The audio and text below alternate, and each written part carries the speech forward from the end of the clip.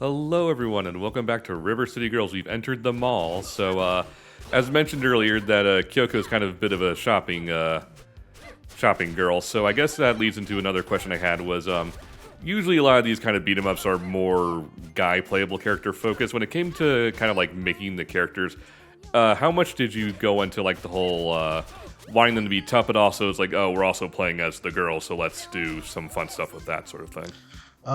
Yeah, I mean, we tried to make the world that you're encountering be stuff that Misako and Kyoko, as a pair of 18-year-old high schoolers, would be interested in. And so that's why if you look at the bosses, it's like, there's the music boss and there's the fashion boss. Like there's stuff that's kind of tangentially related to them, and that also gives them kind of things to talk about as they go through. Like when they're talking with Hibari and Kyoko's wanting her to make some fashion designs for her. So I mean, definitely on that story side,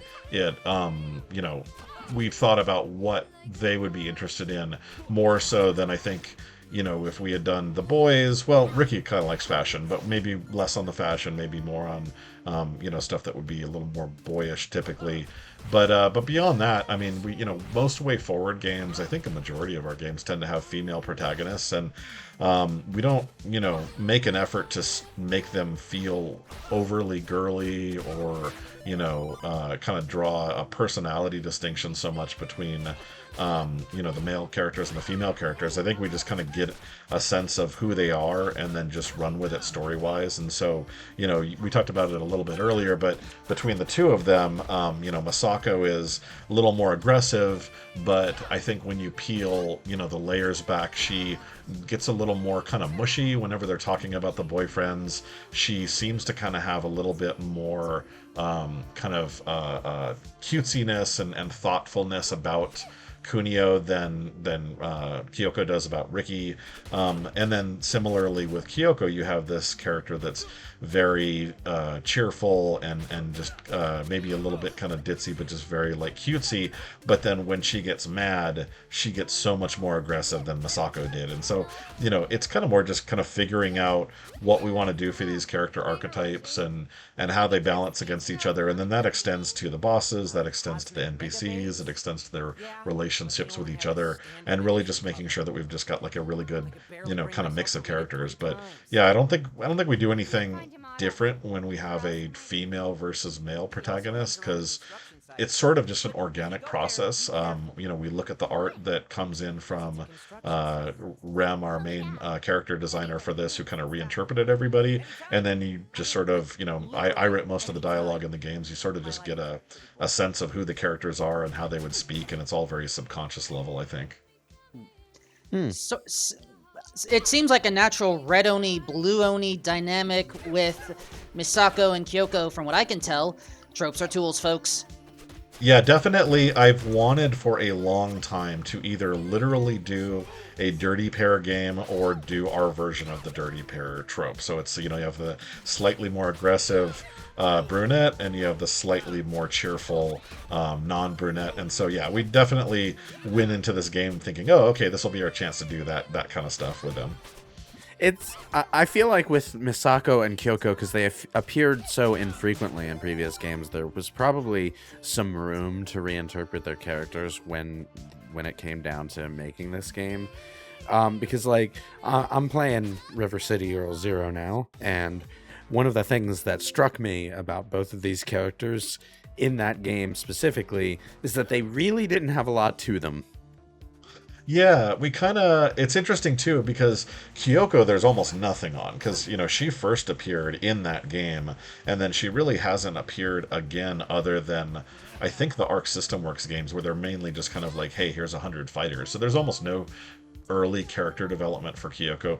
Masako does come from like the Famicom era, but a lot of that has her as like a very cutesy, very different character. She usually has like the big bow on her hair, which you can see later in the game in the flashback. But they kind of went against that when they made Kunio-Tachi no Banka, the Super Famicom game. Like she is, her personality largely comes from kind of how she is in that game. She's as tough as the boys. So it's kind of all over the place. Kyoko and Misako in Zero specifically are kind of both just they're both just kind of written as the tough semi-delinquent girls who date the delinquent boys. There isn't really a whole lot to distinguish them from one another. It doesn't help that, like, Kunio and Ricky, they both have the same basic moveset as each other. For people who haven't played that game specifically, you have 4 characters. You have to switch between them before any of them run out of health. And both boys have the same basic moveset. Both girls have the same basic moveset. The only thing that really distinguishes the 4 characters are the special moves, which you use by holding block. It's not the most graceful of combat systems. I'm gonna say that right now. No, that's fair. It's a 25-year-old game, and that was something that we decided when we went into it. WayForward, we don't really have much experience porting games that we didn't create ourselves. We do a lot of porting of our own games, like we recently ported A Boy and His Blob and Blood Rain and Double Dragon Neon. But we wanted to be careful with that one, so we dressed it up in terms of the personality, the translations. We did not really monkey around much with the gameplay, though. So it feels like a 1994 brawler, which is very, very different from a 2019 or a 2022 brawler for sure. Yeah.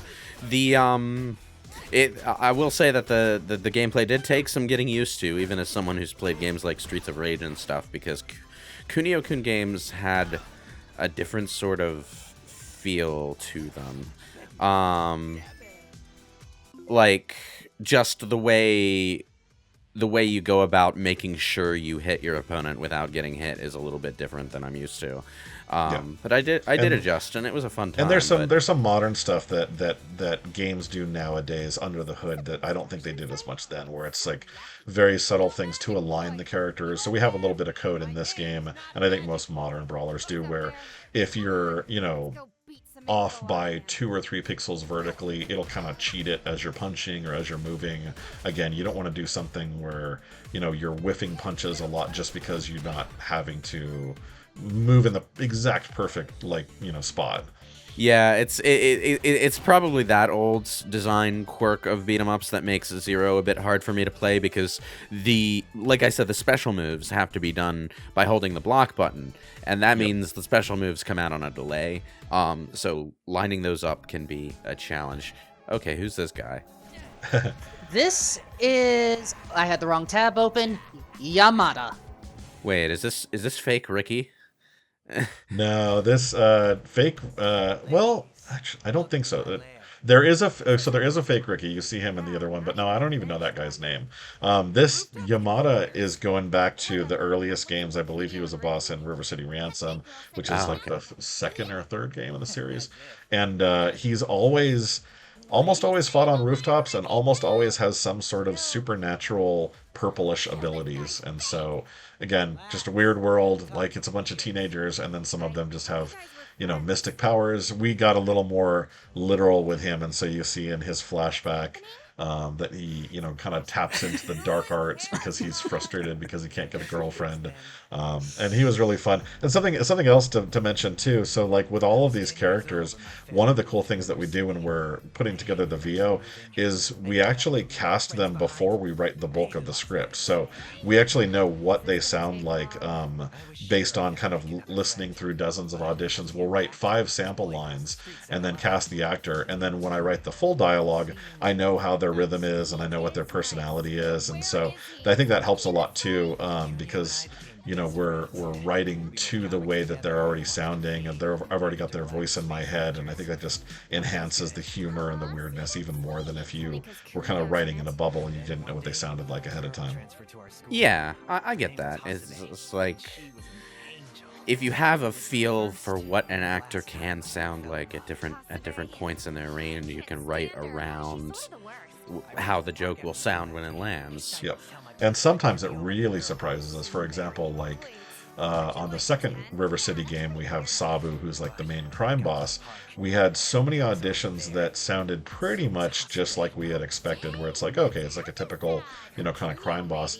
And then David Lodge the guy who got the role, just came in with such a weird, unique way of speaking. We could not get it out of our heads. And sometimes that happens, and then you end up just basically totally rewriting the character, totally rewriting their dialogue, because you've got this exciting new kind of, demeanor and speaking style. And so sometimes the actors actually surprise us.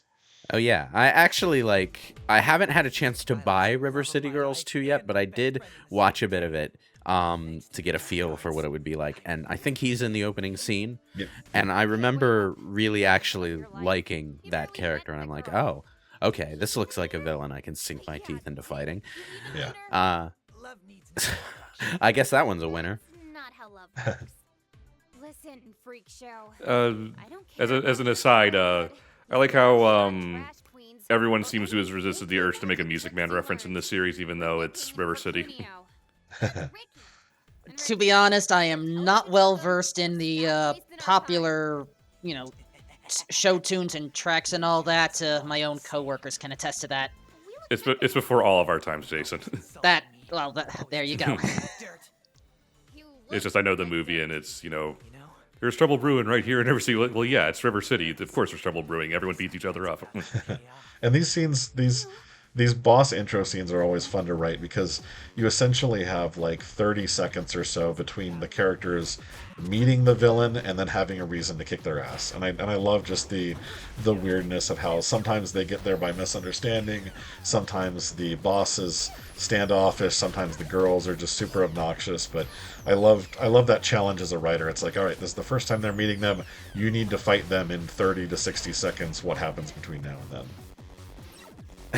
Yeah, I mean, it seems like a really challenging thing to establish a character within that kind of short time frame in a substantial enough way that their personality comes across, and the player can get invested in actually fighting them. Which I think is probably why a lot of beat-em-ups don't bother and just give you an enemy to fight. Yeah, I'm kind of surprised. I mean, our perspective is, we're not taking away from the fighting. You're fighting, like, the vast majority of our storytelling and VO and jokes are happening during the fighting. So, give them something interesting, because yeah. I think there's too many brawlers out there, both classic ones and modern ones, that are just frankly boring. And I mean, I think a lot of them just take their characters too seriously, and everybody is just a badass, and it's just I find those incredibly boring. I would rather have something that I'm either really getting invested in the characters emotionally, or they've got some good jokes that they're putting on. Do something to give the player like a reason to drag them across the finish line, other than just the fight mechanics. You ever play a game called God Hand, by the way? Oh, I love God Hand. Yeah. I was gonna say that's another beat 'em up with a lot of personality and humor to it. Yeah. No, that I love Mikami's. I love that, and I was also a huge fan of Piano 3. I think like his lesser known weird experimental stuff is some of the best stuff he's ever done. God Hand is fantastic. I definitely like the concept of this character, though, who's fundamentally just some dork who learned black magic to try and meet girls, but he's taking it so personally that these two have their own objective and don't really care so much about hearing him spout his exposition. And I guess it worked. He met two cute girls. I mean, they're just kicking his ass. And not interested in dating. I mean, attention is attention. But like the fundamental humor behind this kind of concept is this guy has become like a really dangerous supervillain. He can teleport and do all of this dark magic energy shit, but he's using it for the most petty bullshit. Like there's no. Like, he could be doing great things. He could be doing terrible things. He could be rising as the new Dark Lord. But no, he's just sitting here telling his tragic backstory and then whining a little when the characters he's telling it to don't really care all that much. Yeah, I think we probably pulled some of that juxtaposition. I was a big fan of the anime series Kill la Kill too, and what I love about that is they're like, they've got the fate of the world going on, and it's so dramatic, but at the same time they're just like high schoolers in like different clubs and stuff, and so I love that juxtaposition. And Kyoko's down. Kyoko went down at the Just in time. This was not the easiest battle, and yet some of the others, they'll be harder. I think one of them was a little easier, but that's in a future part. Yeah, I think we beat another one on our first try, but every other boss takes at least a couple tries. Yeah, The bosses will kick your ass in this game if you're not careful. Yeah, we wanted people to, and I haven't seen you guys do too much of it, but we wanted people to make more use of the food items. Whenever I played through the game, I'd always completely stock up with food and just be shoveling it in my mouth as I go through the bosses. But I think it's hard to communicate a lot of that stuff. We do see like a lot of people just try to beat the boss over and over and not really take advantage of those systems. But if you're ever struggling with a boss on any of the River City games, at least the 1 and 2, stock up on food and then make good use of it during the battle. Part of the reason that I think people don't do that is because games like Devil May Cry in particular have conditioned players to see using healing items during a battle as a failure. Because in games like that, it detracts from your ranking if you do it even once. So my instinct in a beat 'em up is always to try and beat everything without using items, and I kind of have to break myself out of that habit in these sort of RPG beat 'em up hybrids. But yeah, that makes sense. Whereas my issue was I had practiced another beat 'em up game prior that didn't have food available for heating. You just had to pick it up on the ground. Oof. Meanwhile, me, I have no excuse.